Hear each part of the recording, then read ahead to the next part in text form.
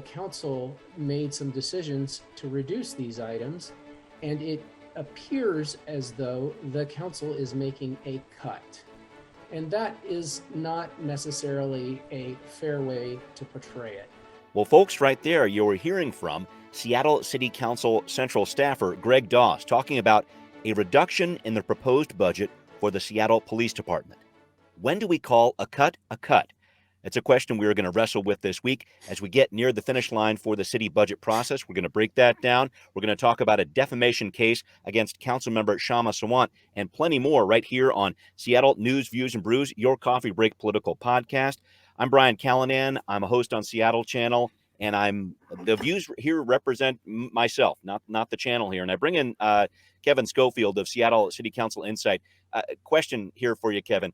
Would you rather listen to 2 hours of city budget deliberations or 2 hours of fingernails scraping on a chalkboard? Kind of a tough one there, but I wanted to know where you're going to go on that. Don't make me choose, he says. This is a tough time of year. Yeah, I don't know. I'm going to pass on that. Okay, That's fair. It's always a tough call on that one. This is a tough time of year for sure. Well, thank you, Kevin, for joining me. Thanks also to City Grind Espresso, our background noise sponsor for the audio podcast. They're rocking their familiar spot on the first floor of City Hall, so please do support them, other small businesses too. Thanks to owner John, thanks to owner Riley for your support to both of you. Thanks also to our patrons. Happy to report that John just joined us, and we're hoping more of you can do the same. Click on that $10 level on Patreon, and we will send you your very own Seattle News, Views, and Brews coffee mug. You can see it presented right here, 11 ounces of goodness, folks. We can also feature your mug on our mugshot of the week. Our mugshot this week, intern Rob, once again, gracing our airwaves here with a lovely seasonal photo of his mug enjoying a fine fall day. Careful that mug doesn't fill up with rainwater. I just want to point that out, and we should be just fine. Rob, thank you, as always, for your support of the show. Thank you for the photo. And hey, calling all patrons out there, please send in a mugshot if you have one of our mugs, or if you don't, please pledge at the $10 level on Patreon, and we will send you one. A big thanks always to Converge Media. They air the video version of our podcast Wednesday nights at 7 o'clock. And here we go with Right Here, Right Now. Okay, so Kevin, we are recording the show in the very middle of the budget deliberation process for the Seattle City Council. Councilmember Mosqueda put out a budget proposal. There was a public hearing, then a rebalancing proposal. That's basically where we are right now. I want to go back to that balancing part because a lot was made about the $15 million shortfall in the general fund. Parking ticket revenue looks like it's down too. Payroll tax revenue appears to be a little bit lower here. That $15 million we're talking about isn't a big number in the $7 billion budget, but you raised a very important point here in SCC Insight. The underlying story there, the revenue forecasts that have been coming in from the city budget office here. I want to talk about those pessimistic and baseline forecasts and how they're used here and how that affected the budget. Okay, so let's lay out some basics here. Please. The city budget office gives 3 revenue updates a year to the city council. Mm-hmm. April, August, and November. Right. The August one is the basis of the mayor's proposed budget. Right. And the November one came in just like a week and a half ago, and it's used to sort of true up the city council's budget to, where they think they're going to end the year and their best projections for next year. Right. Right. So both of them, both the city council and the mayor, when they propose their budget, are going to spend every cent that's available to them in revenues, right? So back in August, because the economy was really picking up really quickly, of the 3 forecast options that they had, a baseline, kind of a pessimistic one, an optimistic one. The city budget office switched from from the last 18 months of using the pessimistic one to going back to using the baseline one. Right. More in the middle there. Sure. And, rightly, the city council asked some questions and said, is that really the right thing to do? Yeah. And now they got the November one. Yeah. And what it shows is that, there's like 30 different individual sources of revenues that all went up or down, right? Right. Okay. And so, but in net, the ones that feed the general fund, the ones that are Mhm. like unrestricted funds they could spend anything they want, were Mhm. altogether down about 15 million, Yeah. mostly because of payroll tax revenues projecting to be down because a bunch of the big companies that work in downtown Seattle Mhm. postponed for 3 months bringing their employees back. Right. Back to Yeah. January. Right. At the same time, there's a whole bunch of extra real estate sales that went on. So real estate Mhm. excise tax The is REIT. up Mhm. about $18.5 million Right. for this year. Mhm. And, similar sorts of, projections down and up for next year for those two things. So Yes. in all, it balances it out. It's a little weird because you can't spend all the real estate excise tax money the way you can spend the general fund. But it Sure. turns out, first of all, $15 million is not a big deal. It's 0.8% of the general fund budget. It's an even smaller Mhm. fraction of the entire $7.1 billion city budget. So Mhm. it's basically a rounding error in this. Got it. And Right. the city Right. council is making it out to be a big deal. But Yeah. even if it were a big deal, they mostly covered it with the real estate excise tax. I can Yeah. point to you the amendments in Councilmember Mosqueda's balancing package Mhm. that specifically swap in real estate excise tax for general fund Right. money, so Right. they can actually sort of claw back some general fund Yeah. to basically make them whole on this. So Right. basically they covered it before they Yeah. even get to any other cuts in SPD and anything else. Right. They had this small revenue, general fund revenue Mhm. shortfall that they covered real estate excise tax, and they're good to Right. go. But just coming back to sort of these forecasts, Yes. they're Right. saying, oh my God, the forecast was low, and that's why we have to Yeah. cut SPD. Mhm. Honestly, the baseline forecast wasn't wrong. It was right. Yeah. Right. Yeah. And so the structural problem here is Yeah. coming back to this notion that the mayor's budget is based on the August forecast and the council's Yeah. budget is based on the November forecast. So Right. what the council really wants Yeah. is for that August forecast to be low Mm. and the November forecast to be higher, because then Right. they get more money to spend That's right. that the That's mayor right. didn't already spend for them. Right. That Right. didn't happen this year. Turns Yeah. out that August forecast was right, Mhm. and they didn't get a magic windfall in November to spend Right. more money. Right. So they're Right. not really complaining. I mean, they're saying they're complaining that the August forecast was wrong, but the Mhm. August forecast was basically right. And the real complaint is they don't have free money to spend, so they have to do the Yeah. hard thing now. They have to Yeah. either go raise taxes or do something else to raise more revenue, Mhm. or they have to Or cut make some something. cuts. Right. Right. And I want to get into And these cuts because they're talking about a few of them too, the Equitable Communities Initiative and a few other pieces, some big ones Yep. out there. Yep. Before we jump into police, let's talk about these bigger ones, please. Yeah. So before getting to police, so Yeah. this is something that Omari and Trey and I got into on the Morning Yeah. Update show last week. Yeah. There's about $47 million that the mayor put into participatory budgeting, to Equitable Right. Communities Initiative, to Mhm. other BIPOC community-based sort of investments in community safety Right. Right. that Councilmember Mosqueda has clawed back so they Yeah. can spend it on other council priorities. Yes. So that's a big pot of money for them that they clawed back.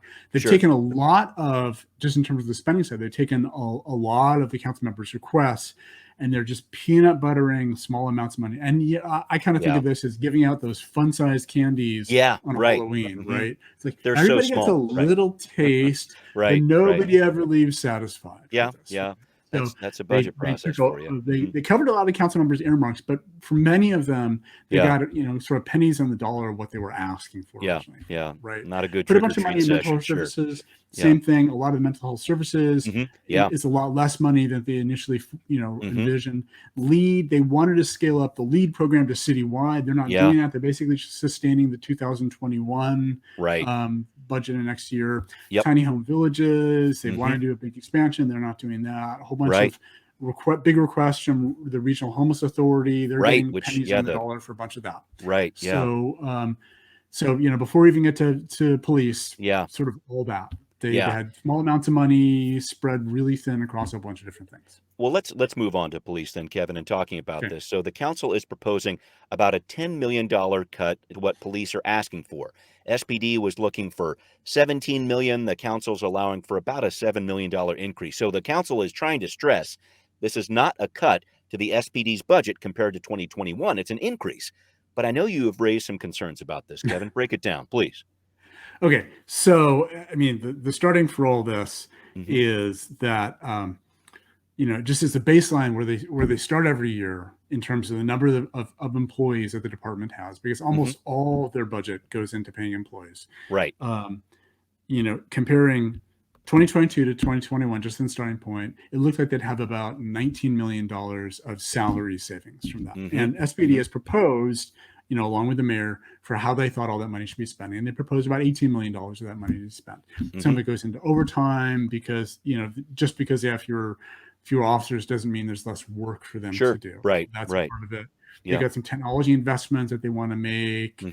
They've got, investments. They actually proposed putting some investments into community-based safety programs. Yep. CSOs. They wanted to spend about $1.3 million to increase the community service officer program by 6 officers, basically set up a new squad from there. A bunch of other things. So what the council came through and said was, first of all, we're going to take $4.5 million of that salary savings away for, for other things we want to spend it on. And because we think SPD should implement efficiencies. Yes. Right. They don't say what those efficiencies are. They're just do better. Yeah. Right. The SPD had proposed a little over $1 million for a hiring incentive, basically a hiring bonus program to help them do better with hiring. Council's cutting that. That's no surprise at all. Yeah. SPD had a few $1 million in some technology projects around, some business efficiency, some other things to help them run better. A couple of research projects. Sure. Council's cutting about $1.25 million of that, and that's okay. There's some nice things that they can live without right there. Sure. And then there's the really controversial part is $2.5 million of salary cuts. In addition to this, because the council is assuming that the attrition in SPD is going to be higher than what SPD says it's going to be. SPD every year writes a staffing plan, and the staffing plan for 2022 that SPD wrote says they're going to hire 125, and they're going to have 94 separations. Yes, right. And the council's saying, on both of those numbers, there's good reason to be skeptical about both those numbers. Right. Would be a high water mark for several years for SPD. And 94 separations would be a low water mark for them. Right. And they got a plan, and they think they're going to execute. Both of them have issues. But there's good reason to be skeptical. Right. So what the council has said is, we're going to change that 94 separations number to 125. And earlier, or in the middle of last week, when they had their first discussion, this balancing package, Greg Doss, who we heard about earlier, had to admit that neither SPD nor the council have had any decent track record of accurately predicting what attrition is going to be in SCD. They're all just guessing, right? And they all consistently pretty much guess wrong. I know that. And the 125 is a very convenient number for the council. Right, because it matches right up with... It matches the hiring. And so for all the criticism they're getting from advocates right now who really want to defund police, who are saying, wait a minute, you're letting SPD grow? You're letting them add more officers than they're losing? You can't let them grow. Now they can say, no, we're not letting them grow, right? We're just keeping them even right there, right? So they just arbitrarily picked a very convenient number that lets them tell the message they want to say. Well, and I want to make sure I shift into another topic that I definitely want to talk about this, because Mayor-elect Harrell was vocal about this when the council was first talking about it. Oh, please, one more thing. Just so that we don't all get dizzy from the spin that comes out. There's a very careful parsing in their messaging city council is doing on this, right? So they have said for the last 18 months, we're fully staffing SPD's hiring staffing plan. We are fully funding their staffing plan. They've now subtly changed that message, right? Now what you've heard them say in the last week is we are fully funding the hiring plan. Right. And they're hoping nobody catches on to this little subtle nuance. So what they're trying to say is, oh yeah, we're fully funding them for hiring 125 employees, right? And lighting over this notion that, oh, well, since we're actually assuming there's going to be a higher attrition, if they really actually, if it turns out that there really is only 94 separations, which they don't really have any control over, they don't and they do actually succeed on 125 hires, they're not going to have enough money for the year. Yeah, and this is why I wanted to move on to this other topic, because Mayor-elect Harrell was definitely talking about this when he was hearing this news, and he said, with regard to what the council was doing here, I'll quote a piece of what he said: "The voters of Seattle resoundingly and unambiguously rejected defunding the police, and yet here we are talking about these cuts in the proposals that the council's put out here." What impact, if any, do you think Mayor-elect Harrell and some of the people who are supporting him are going to have as this budget process goes forward? Well, I think we'll see. But honestly, I think this council is unlikely to back down. Right. This Yeah. is, I mean, the last week and a half since this election happened, Yeah. is sort of, we can hope, in a moment of reflection for the city council to say, okay, we've been listening to our progressive base who said, Yeah. we've heard them say, they want SPD downsized. And quite frankly, Yes. Right. Harrell has given some mixed messages around that. Yeah, he has before. Mayor Durkin has actually supported in a lot of ways downsizing SPD, but doing it in a thoughtful, carefully planned way, and not just sort of lopping off 50% of it. Yeah, Harrell, it'll be, it's hard to know where he really stands on a lot It'll of be this interesting stuff. to see him define his message a little more But clearly. now the rubber hits the road on this. He has to actually make decisions around this, and that's going to be hard. But, the city council still has a lot of people in their progressive base saying, no, you got to keep cutting SPD. And, I think they're probably just going to stick to that. They also, want to protect some of the other public safety programs, like pre-arrest diversion, right? The LEAD program and pre-filing diversion, which both, it's not just about Harrell, it's also about Ann Davison, our incoming city attorney. Right? And the city council is very concerned about that she's not going to support these diversion programs, right? Or defend the payroll tax, and they could lose a lot of money that way too. Keep going. Yeah. So the council wants to make sure that Ann Davison, not only can't Ann Davison take that money and spend it on other things, right, but they want to see if they can mandate those programs, right? That they can force the city attorney to do these diversion programs. Wow. And that's going to be a really interesting fight. It will be. I wanted to make sure I threw out this one point that I've heard from Councilmember Mosqueda a few times in defending her budget here, what she's put together with staff, etc. This idea of we don't want to leave money laying around in some ways. We want to make sure it's going out in the streets and helping people that are that need help, that need food, that need housing, etc. She's making a point there, and I just wanted to make sure that I got your take on that, kind of what she's saying there and how that fits into this whole picture. Yeah. And if we could accurately predict the attrition, that would be from That'd SPD. Be one thing. Yeah. That would be a super valid argument, right? And the budget committee and the city council can go back and revisit SPD's budget in the middle of the year, as they've certainly done several times over the last 2 years, and say, hey, you got extra salary savings that you're not going to spend. Let's have a discussion about, if there are better uses in letting it sit there, right? But since they don't really have a good track record of predicting attrition, it's hard for them to do. Now, there are other good examples where Mosqueda is doing good things with that. So we're going to talk about the Triage 1 program a little bit.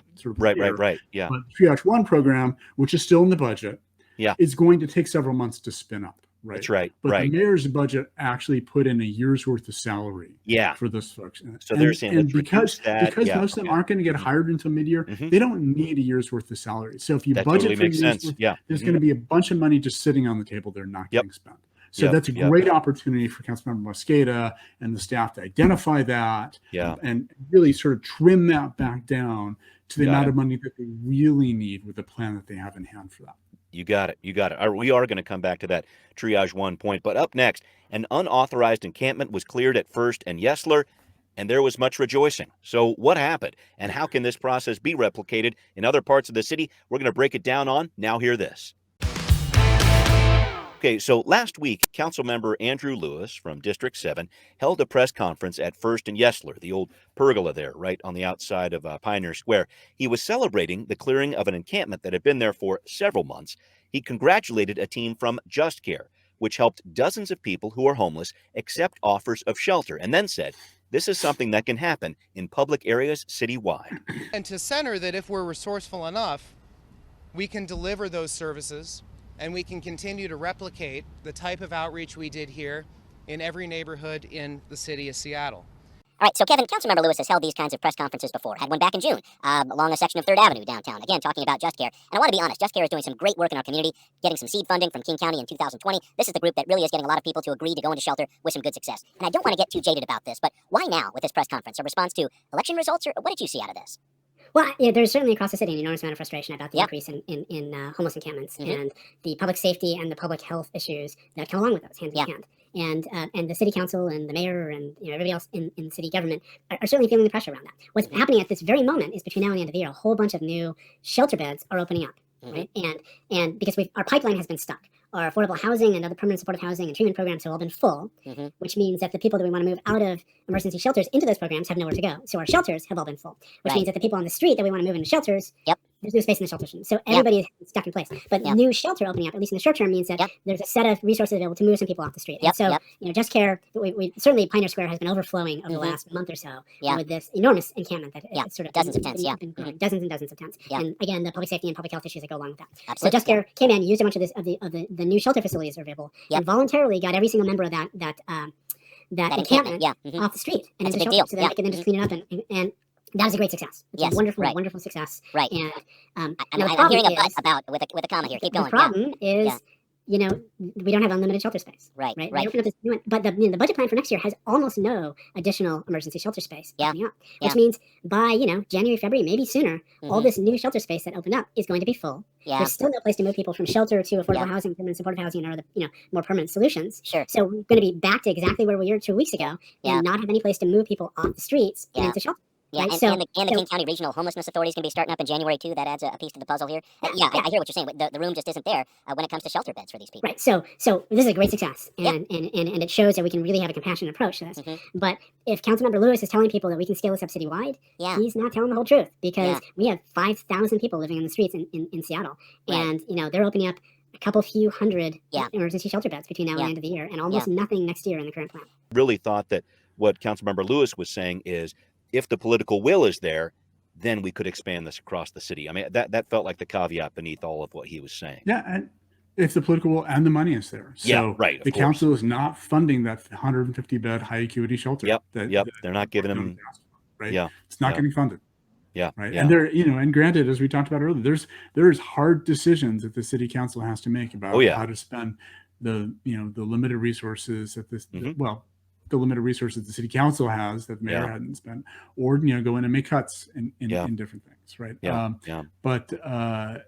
But again, we're not creating thousands of units of new shelter, and down the line a few years, we're definitely going to have more affordable housing. We're definitely going to have more permanent supportive housing. We're going to have hopefully more mental health treatment programs and other treatment programs. Right. But we're not going to see those in the next year. I mean, we're going to see a small amount of them come online next year. But we've got years of pipeline ahead of us. Yeah, for sure. Of trying to get all those resources in place. Right. And so the city council and the mayor-elect and the Regional Homeless Authority have to manage this balance of, do we invest in long-term solutions? Right. Or the short term, or that bridge housing that Dylan's always talks about. How do we manage that to try to make people happy? Yeah, that is the challenge. I need to move on to another topic here, if we could, Kevin. And I wanted to talk about this piece you put together in SCC Insight about a defamation case against Councilmember Shama Sawant. So 2 police officers, Scott Miller, Michael Spalding, filed this lawsuit following the 2016 police shooting of Shay Taylor, and after June of 2017, when Councilmember Sawant said, quote, Shay Taylor was murdered by police. Kevin, this is all about whether that comment there, which didn't name these officers specifically who were involved, could be interpreted as referring to them. And the courts have really been wrestling with this. The district court judge saying, throw this out. The Ninth Circuit court saying, oh, no, you don't. I wanted to try to figure out what was going on here. Yeah. So this, as you mentioned, really comes around this notion of it was Councilmember Sawant's remarks where she said very clearly that Shay Taylor was murdered by the police. Can a reasonable person conclude from that she was talking about Miller and Spalding? And she claims, who were identified later in a Seattle Times article. Yeah, go ahead. Well, they were identified in a Seattle Times article the day in 2016 that she first said that They were murdered by the police, and Yeah. that they need justice for the individual actions as well as for the police department. There you go. Yep. And then that was out there for a whole year, identified, as these are the two officers. When a year later in 2017, she again said that Shay Taylor was murdered at the hands of the police. Right. And right. so it comes back to this question of, okay, so then can a reasonable person conclude that she was talking about Miller and Spalding? Yeah. Twice right. now, the U.S. District Court judge who's hearing this case has said no. Yeah. And twice now, on appeal, the Ninth Circuit Court, for the second time earlier this week, said it's plausible that the answer is yes. Yeah. So it's a mistake for the judge to say no. Right. So this really needs to go to a jury. And the jury can listen to this and conclude whether a reasonable person would make that connection or not. Yeah. So now this is going to go to a jury. Wow. And now it's also interesting that the plaintiffs, Miller and Spalding, have twice asked for this judge to be removed. Yeah, they don't want Peckman involved at all. Right. They don't think that, they think she is so set in her belief that there isn't a connection. Yeah. That she can't change her mind. And twice the Ninth Circuit said, no, we're going to do it. The second time, like, they come on said, now. Okay, there's case law that says after the fourth time you remove a judge. Yeah. But right. Second time, we're not ready to go there. But let's be clear here. The judge needs to move forward and accept that this is plausible. Oof. Wow, that's going to be really interesting to watch that go to a jury. Thank you for that breakdown here. I want to move on to another piece here, Kevin. A new study of a big question here. How does Seattle build a system where we don't have to send armed officers out on every 911 call? That's coming up on What's Next. All right, we are talking about the National Institute for Criminal Justice Reform, otherwise known as Nick Jr. around City Hall. I love that acronym there. So the NICJR report gets referred to a lot. You hear this, 80% of SPD's 911 calls are non-criminal. Only 6% have to do with felonies. 49% of calls should be handled by agencies other than SPD.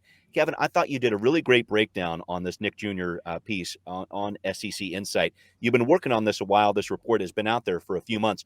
But the big question you raised, which I think is super important here, is this.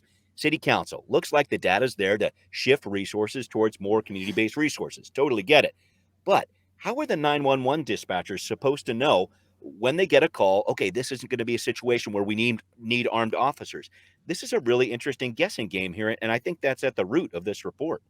Yeah, and it is just going back a step here. It is really interesting that you hear the Nick Jr. report get cited all the time. Right? Yeah. Anytime 911 response comes up, within 30 seconds somebody's going to reference it. And it's sort of like reading the Nick Jr. report is sort of like teenage sex, right? Yeah. Everybody's talking about it, and almost nobody's doing it. Here we go. Okay, all right, love it. Yeah, had to be so done. I thought, let's actually read this thing and see what it says and kind of understand. And so they got an SPD actually contracted with Nick Jr. to do this with this advocacy organization that looks at are there better ways to what are all the different ways to reform the criminal justice system. Right. And so they gave SPD 3 years worth of 911 call data. The data is actually it's an open data set that's actually up on SPD's website. I pulled it down and cranked over for a little bit too. Yeah. And the Nick Jr. analysis in that showed that about 80% of the calls are non-criminal. Right. And about 49% at the end really didn't need an officer to be the first responder. But the problem with the way they did this analysis was that they looked at, every one of these call entries in here has, here's the initial sort of call type that the 911 dispatcher assigned to it. And then after the fact, after the call is done, they go in, they put in a final disposition. It's like, here's what it really was. And the Nick Jr. folks looked at the final disposition. Not the initial. Said, that's a better reflection of what really happened. Oh boy. Yeah, which is true. Okay. Yeah. But an awful lot of these calls change from the initial 911 call type to the end. Right. So it raises there are two big questions that come out of this. First question is, can the 911, it's easy in hindsight to say, yeah, these were the Absolutely, yeah, calls that yeah. didn't need an officer. Mhm. But can the 911 dispatcher, at the time they Make got this that call with the judgment, information yeah. in front of them, Mhm. can they predict which calls are the ones that are going to need a police officer? Mhm. Right. Mhm. And then question number 2, equally important, is Yeah. what happens when they are wrong? Yeah. Right. What's And what that happens backup when they're look like? wrong Yeah. might Mhm. mean, a civilian dispatcher Yeah. Yeah, maybe right. Seattle victim News, gets Views, hurt, and Brews maybe is an a independent subject, production of Callahan Media gets away and Services. doesn't get Copyright arrested. 2021. But it also mean, on the flip side of this, Mhm. that if they send an armed police officer out to a situation that really doesn't require one, Mhm. the mere presence of an armed police officer Can- can yep. escalate that situation Absolutely. and cause it to have Yeah. a worse outcome than it would have otherwise. So, Yeah. so SPD, actually asked a professor at University of South To review Carolina, it as well, who's yeah. a criminologist, to Mhm. kind of look this over. And his says, yeah, the Nick Jr. report, recommends a sort of tiered system of, tier Yeah. 1 is civilian response, no officers. Mhm. Tier 2 is civilian leads, but officers show up in support. Tier Yeah. 3 is officer leads, civilians show up in support. Yeah. Yeah. And Yeah. tier 4 is just officers show up. Yep. Right. Yep. They said that's a good model. That's a really Mhm. good model for kind of Yeah. how to structure this. Right. But their model for how to assign different kind of call types to each of those tiers Yeah. is really oversimplistic and leaves out this whole notion of Yeah. risk and Of the harm judgment. and what happens Yeah. when you're wrong. on Well, this, and right? it looks like the city is continuing to study this, and we brought up Yeah. that triage 1 piece. I think that's going to be a very interesting piece over this next year. The mayor proposed it. The council reduced the amount that is going to be paid towards triage 1, but there's a nugget in there of a little more than $1 million where they're really looking at this to try to figure out, okay, let's study this a little further so we can get this right, I guess, when we talk about So switching over to this more civilian response. the mayor put together an interdepartmental team to look at Yep. this 911 response, because it's a number of different departments that Yep. are Yep. involved in this, Sure. including the fire department and, Mhm. and other organizations. Yes. And the interdepartmental team kind of crunched on this a little bit, and and they said it's pretty clear there's about 12% of the calls that are low-hanging fruit that we can pretty easily decide are low risk, and we can have we could start planning immediately for Yeah. some other kind of response other than armed SPD police said that, officers. right. That Mhm. doesn't mean they Mhm. can sort of flip the switch on that immediately, but Yeah, they can of start course. planning what that Yeah. would look like. Yeah. And the proposal for the triage 1 team Mhm. is a pilot project for a team that would handle that 12% of calls. That's right. That's right. So as we talked about earlier, it's going to take them a good part of 2022 to stand ramp up up. that Yeah. pilot team, Mhm. and it's a pilot, right? It's Mhm. not full Not scale. going to be They're gonna start citywide. small, Yeah. Mhm. figure out how to make it work first, Yeah. and so while the mayor budgeted for a full year worth of salary for those folks, it's going to Yeah. be mid-year before they really stand it up. So they don't need a full year. So the Absolutely. council rightly sort of cut back some of that Mhm. money. Yeah. But it's still in the budget to do Yeah, triage 1. it's So that's a start on this. But there's Yeah. an awful lot of impatience in the city council to Mhm. move faster on Absolutely. diverting Yeah. more of those 911 calls Mhm. away from SPD armed response to other Yeah. sources. And we can all understand the impatience for that. But Mhm. again, it comes back to these key questions, right? Yeah. Can 911 dispatchers predict accurately Yeah. which calls aren't going to need an armed officer? Oh boy. Yeah. And what happens when they're wrong? Yeah. Right. And that's where the interdepartmental team says, we've got a bunch more work to Yeah. do. We've Absolutely. got to figure out what a harm index looks like, right? Yes, How do right. we measure the risk and the potential that's been harm funded by the whatever council. direction Yep. it may Mhm. be? Yeah. And then how do we use that to inform our assignment of different kinds of calls to Yeah. who responds to them? It's a fascinating policy discussion ahead. Thanks for that breakdown, Kevin. All right, it's time to wrap up the show, and we always do that with a taste of something good to have during our coffee break.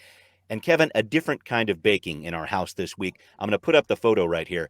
Baked mozzarella gnocchi. And I got to admit, maybe it's not the right thing to have on a coffee break. You would probably go into a food coma. But my daughter made this earlier this week. The gnocchi in there, the fresh mozzarella, some marinara sauce, oregano. What is it about this time of year that makes you just want to reach out and hug a big bowl of melted cheese. You know what I mean? It's just so it's it's that comfort food warm. thing. It warms Yeah. you inside.